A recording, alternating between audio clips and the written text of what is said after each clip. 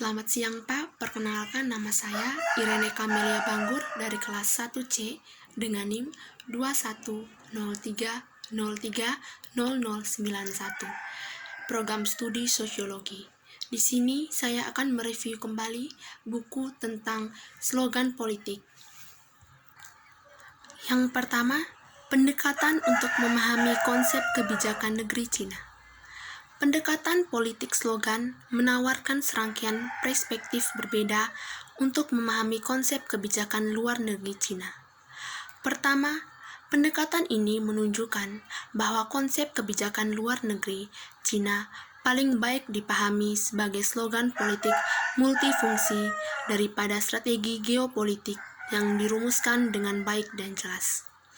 Ketika membahas konsep diplomatik Tiongkok, banyak analis internasional dan Tiongkok sering menunjuk pada kebijakan luar negeri yang konkret yang didukung oleh rencana strategis yang diperhitungkan dengan cermat seperti yang disebutkan sebelumnya.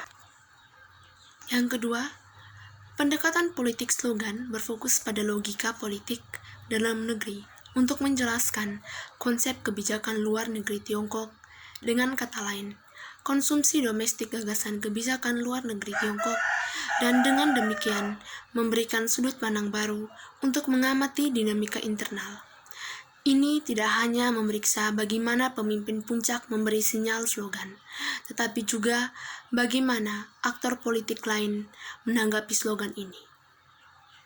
Pendekatan slogan berpendapat bahwa yang terakhir sama penting dari yang pertama. Dalam hal ini menyoroti peran aktor lokal dan subnasional dalam membentuk konsep kebijakan luar negeri Cina yang aman. Slogan tanda tangan sering dikaitkan dengan otoritas pribadi pemimpin tertinggi dan dianggap sebagai cap pribadi pemimpin tertinggi dan dianggap sebagai cap pribadi mereka yang PKC dan negara. Dengan demikian, interaksi antara pemimpin puncak dan aktor lain sangat dipolitisasi dan sering melampaui isi slogan. Yang berikut, 3 studi kasus, jenis baru hubungan kekuatan besar, inisiatif Belt dan Jalan, dan komunitas masa depan bersama untuk manusia. Dalam 3 kasus di atas merupakan salah satu konsep diplomatik terpenting yang dikemukakan oleh pemimpin tertinggi Cina, yaitu Xi Jinping.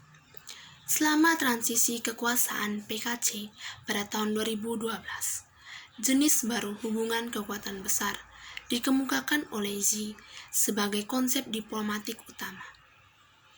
Konsep tersebut sebagai slogan kebijakan luar negeri pertama Xi menegaskan kekuasaannya sebagai pemimpin baru di Cina saat itu. Ketika pemimpin Cina ingin menyampaikan konsep ini, Xi menggunakan gambaran hubungan Tiongkok Amerika Serikat dengan harapan dapat meningkatkan peran Tiongkok dalam hubungan bilateral ini. Dalam pengenalan konsep ini merupakan deklarasi niat untuk mengharapkan Amerika Serikat menanggapi Cina lebih serius. Para aktor domestik Cina juga ikut serta secara aktif dalam inisiatif Sabuk dan Jalan untuk memajukan kepentingan mereka sendiri. Dalam hal ini dapat menyebabkan persaingan domestik yang cukup ketat. Untuk sumber daya negara, pemerintah pusat yang sedang berjuang untuk koordinasikan para aktor-aktor politik di Cina juga lebih mementingkan diri sendiri. Itu didorong oleh kepentingan individu, departemen, dan regional, di mana gambaran geopolitik nasional dan internasional yang lebih besar dan tidak relevan. Semua ini menunjukkan pada inisiatif Sabuk dan Jalan yang sangat tidak konsisten, tidak koheren, dan ambigun yang bertentangan dengan analis arus utama yang ada yang menganggapnya sebagai strategi. Poin yang berikut, tradisi politik slogan Cina. Politik slogan di era Xi Jinping, yaitu adanya 3 konsep kebijakan luar negeri terpilih dikemukakan oleh Xi setelah ia mengambil alih kekuasaan pada tahun 2012. slogan politik yang relevan dapat ditelusuri kembali ke awal era Mao Zedong. Selama ini, Cina komunis mau masyarakat-masyarakatnya sangat dipolitisasi sehingga slogan memainkan peran penting tidak hanya dalam urusan negara tetapi juga kehidupan rakyat biasa.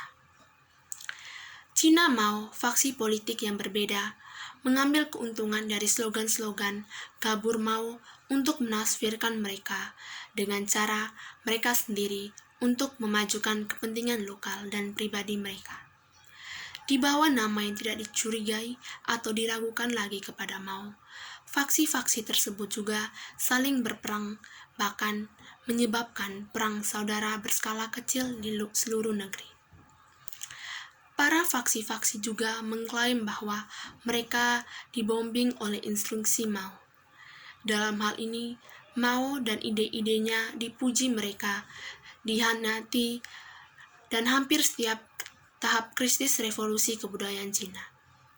Ini adalah salah satu alasan utama mengapa revolusi kebudayaan Mao berkembang dengan cara yang di luar kendalinya. Jadi yang perlu ditekankan adalah bahwa bagi para pemimpin tertinggi seperti Mao, otoritas pribadinya yang tak terbanding tidak mencegah slogan-slogannya yang dimanipulasi oleh aktor-aktor domestik. Poin yang berikut, loyalitas politik dan logika penegakan kekuasaan dalam slogan.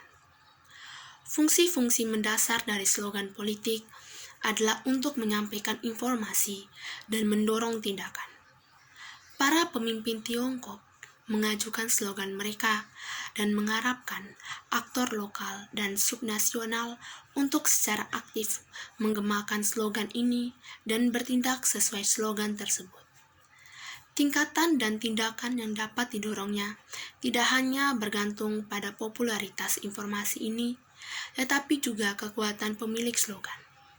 Dengan begitu, respon terkadang bisa menjadi indikator dukungan politik kepada pemilik slogan para pemimpin puncak. Untuk beberapa slogan sangat mudah untuk mengidentifikasi pemiliknya, karena nama pemimpin disematkan ke dalam slogan, sementara yang lain tidak stabil.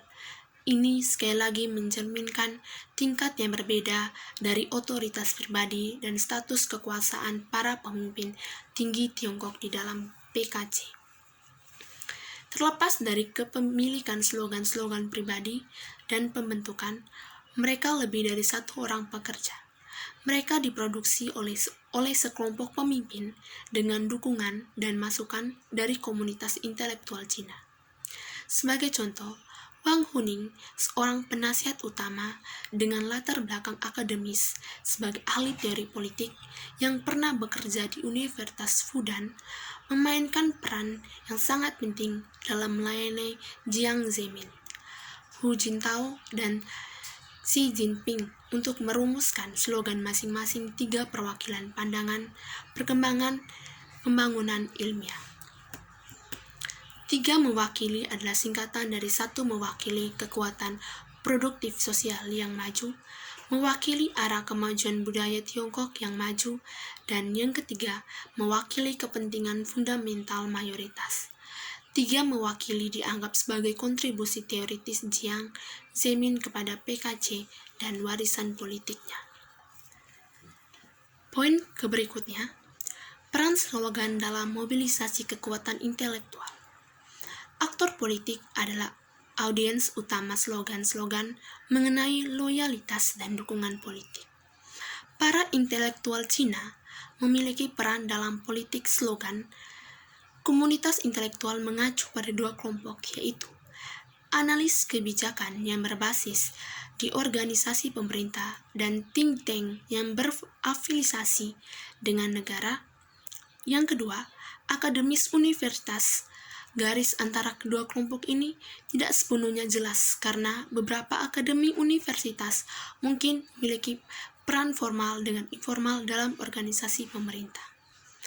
Para cendekiawan Cina diharapkan mencurahkan kekuatan intelektual mereka untuk mengembangkan konsep-konsep tersebut menjadi pedoman kebijakan yang lebih konkret.